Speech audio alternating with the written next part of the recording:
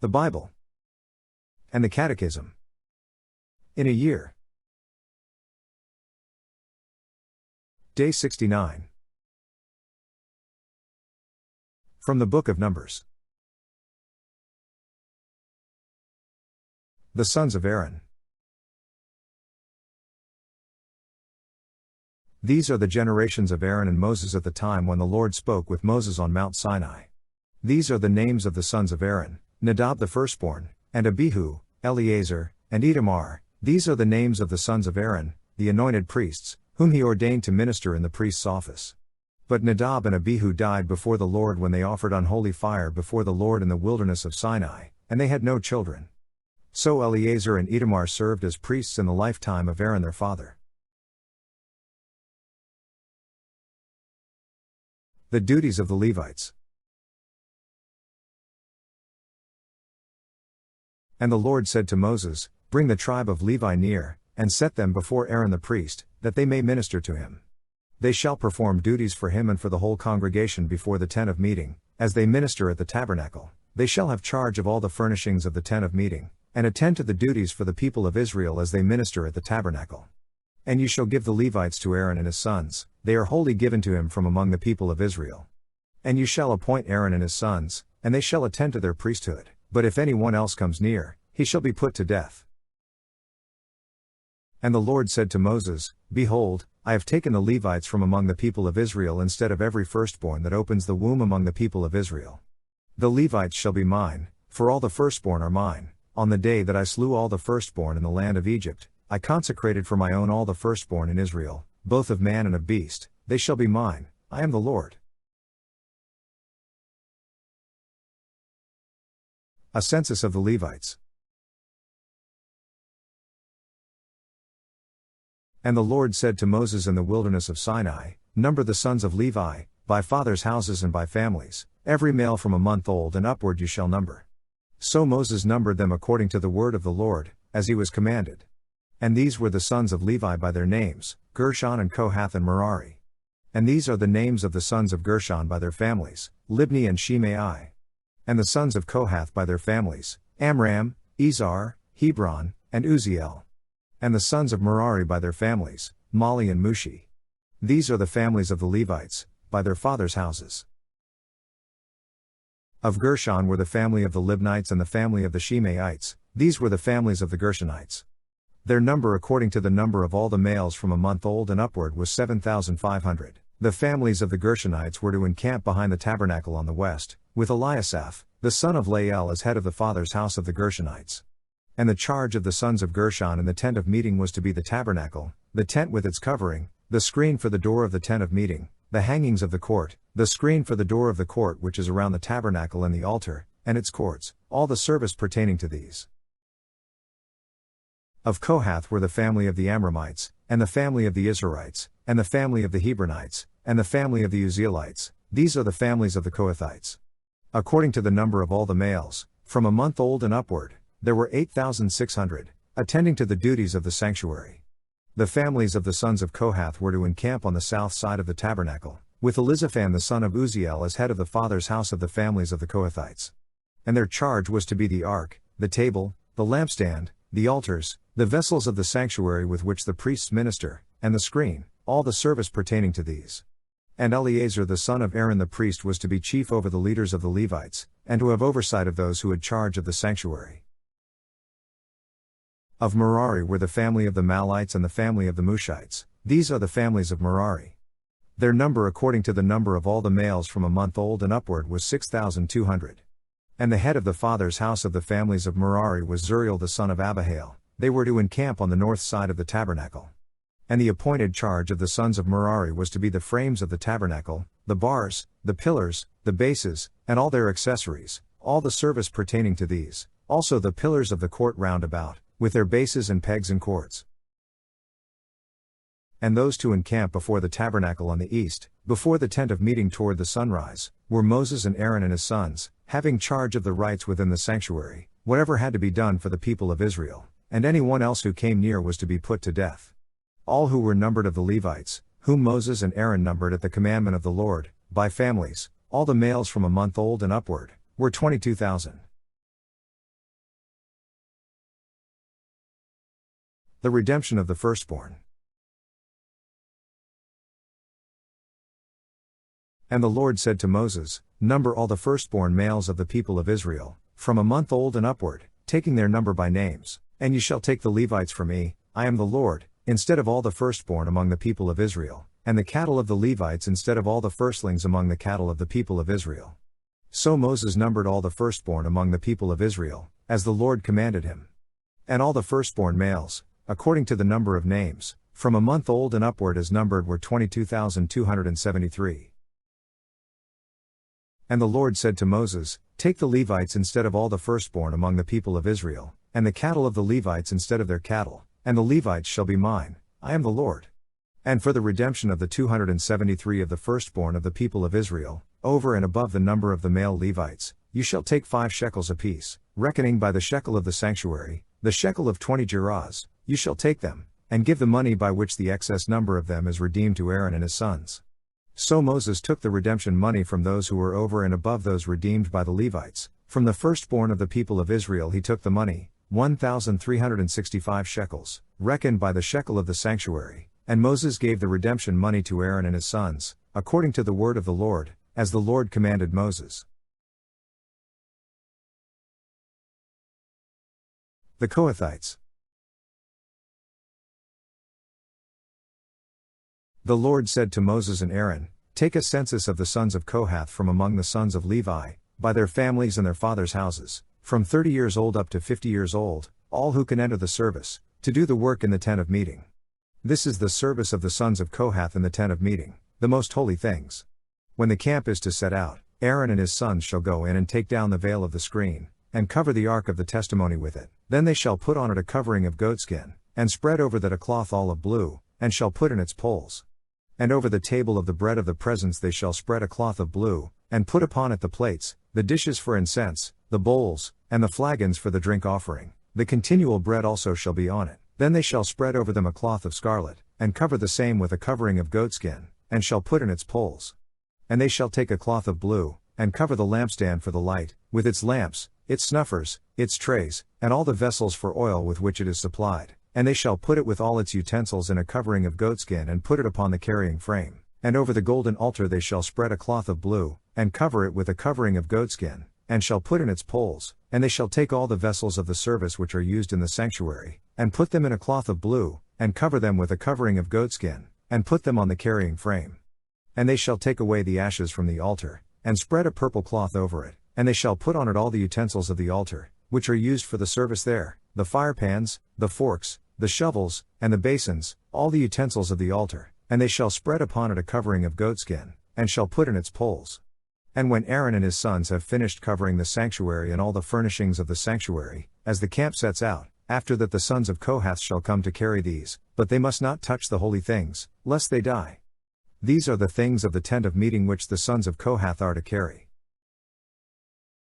And Eleazar the son of Aaron the priest shall have charge of the oil for the light, the fragrant incense, the continual cereal offering, and the anointing oil, with the oversight of all the tabernacle and all that is in it, of the sanctuary and its vessels.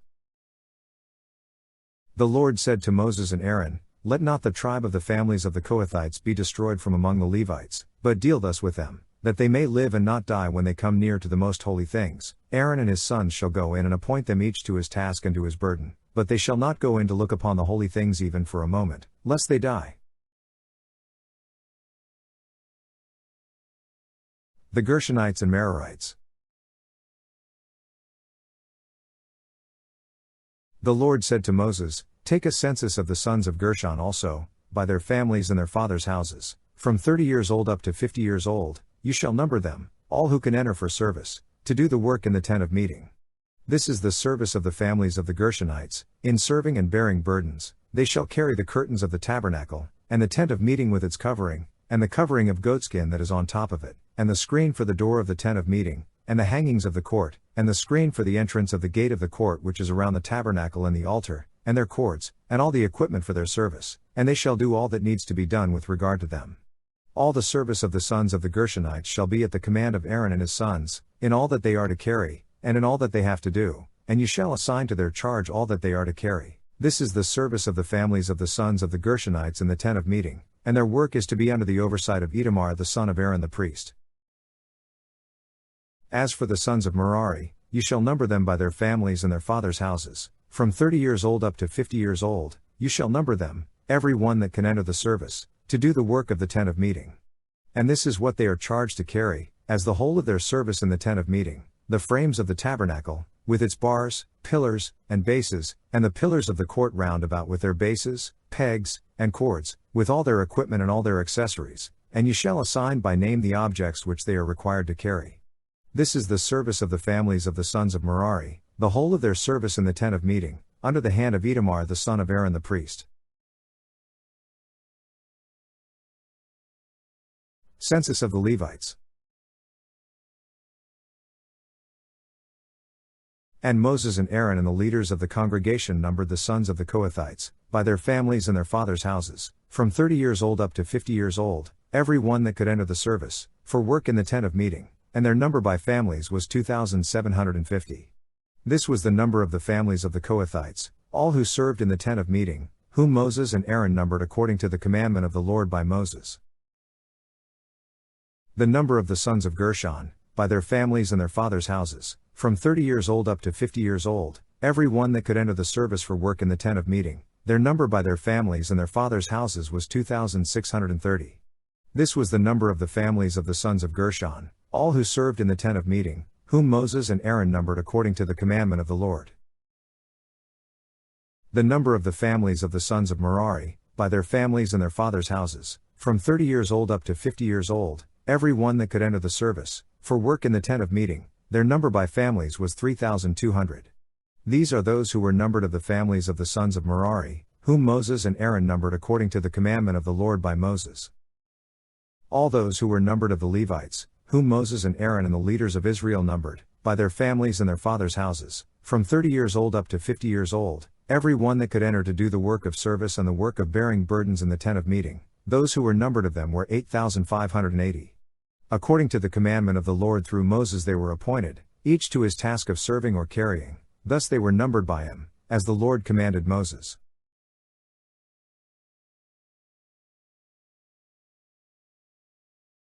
From the Book of Psalms. Prayer for lifelong protection and help. In thee, O Lord, do I take refuge. Let me never be put to shame. In thy righteousness deliver me and rescue me. Incline thy ear to me, and save me. Be thou to me a rock of refuge, a strong fortress, to save me. For thou art my rock and my fortress.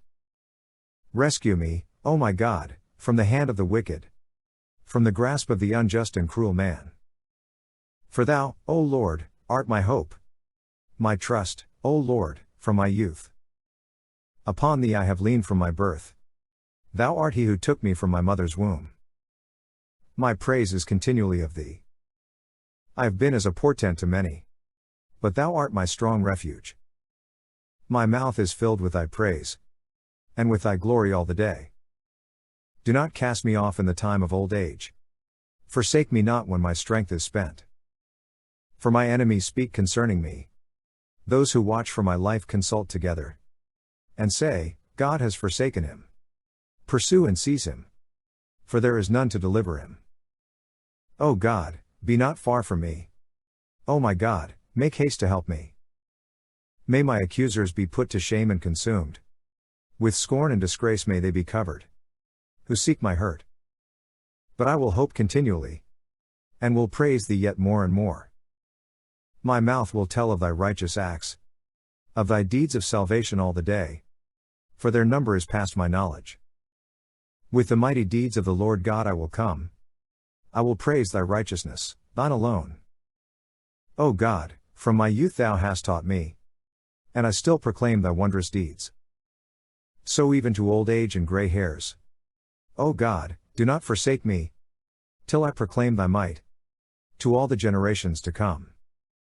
Thy power and thy righteousness, O God, reach the high heavens. Thou who hast done great things, O God, who is like thee? Thou who hast made me see many sore troubles, wilt revive me again. From the depths of the earth, thou wilt bring me up again. Thou wilt increase my honor, and comfort me again. I will also praise thee with the harp. For thy faithfulness, O my God. I will sing praises to thee with the lyre, O Holy One of Israel. My lips will shout for joy, when I sing praises to thee.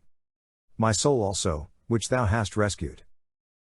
And my tongue will talk of thy righteous help, all the day long.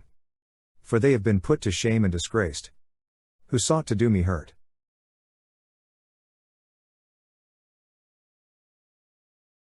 From the Acts of the Apostles. The conversion of Saul. But Saul, still breathing threats and murder against the disciples of the Lord, went to the high priest and asked him for letters to the synagogues at Damascus, so that if he found any belonging to the way, men or women, he might bring them bound to Jerusalem. Now as he journeyed he approached Damascus, and suddenly a light from heaven flashed about him. And he fell to the ground and heard a voice saying to him, Saul, Saul, why do you persecute me? And he said, Who are you, Lord? And he said, I am Jesus, whom you are persecuting. But rise and enter the city, and you will be told what you are to do. The men who were traveling with him stood speechless, hearing the voice but seeing no one. Saul arose from the ground, and when his eyes were opened, he could see nothing, so they led him by the hand and brought him into Damascus. And for 3 days he was without sight, and neither ate nor drank. Now there was a disciple at Damascus named Ananias. The Lord said to him in a vision, Ananias. And he said, Here I am, Lord. And the Lord said to him, Rise and go to the street called Straight, and inquire in the house of Judas for a man of Tarsus named Saul. For behold, he is praying, and he has seen a man named Ananias come in and lay his hands on him so that he might regain his sight. But Ananias answered, Lord, I have heard from many about this man, how much evil he has done to thy saints at Jerusalem, and here he has authority from the chief priests to bind all who call upon thy name. But the Lord said to him, Go, for he is a chosen instrument of mine to carry my name before the Gentiles and kings and the sons of Israel, for I will show him how much he must suffer for the sake of my name. So Ananias departed and entered the house. And laying his hands on him he said, Brother Saul, the Lord Jesus who appeared to you on the road by which you came, has sent me that you may regain your sight and be filled with the Holy Spirit. And immediately something like scales fell from his eyes and he regained his sight. Then he rose and was baptized, and took food and was strengthened. Saul preaches in Damascus. For several days he was with the disciples at Damascus. And in the synagogues immediately he proclaimed Jesus, saying, He is the Son of God. And all who heard him were amazed, and said, Is not this the man who made havoc in Jerusalem of those who called on this name? And he has come here for this purpose, to bring them bound before the chief priests. But Saul increased all the more in strength, and confounded the Jews who lived in Damascus by proving that Jesus was the Christ.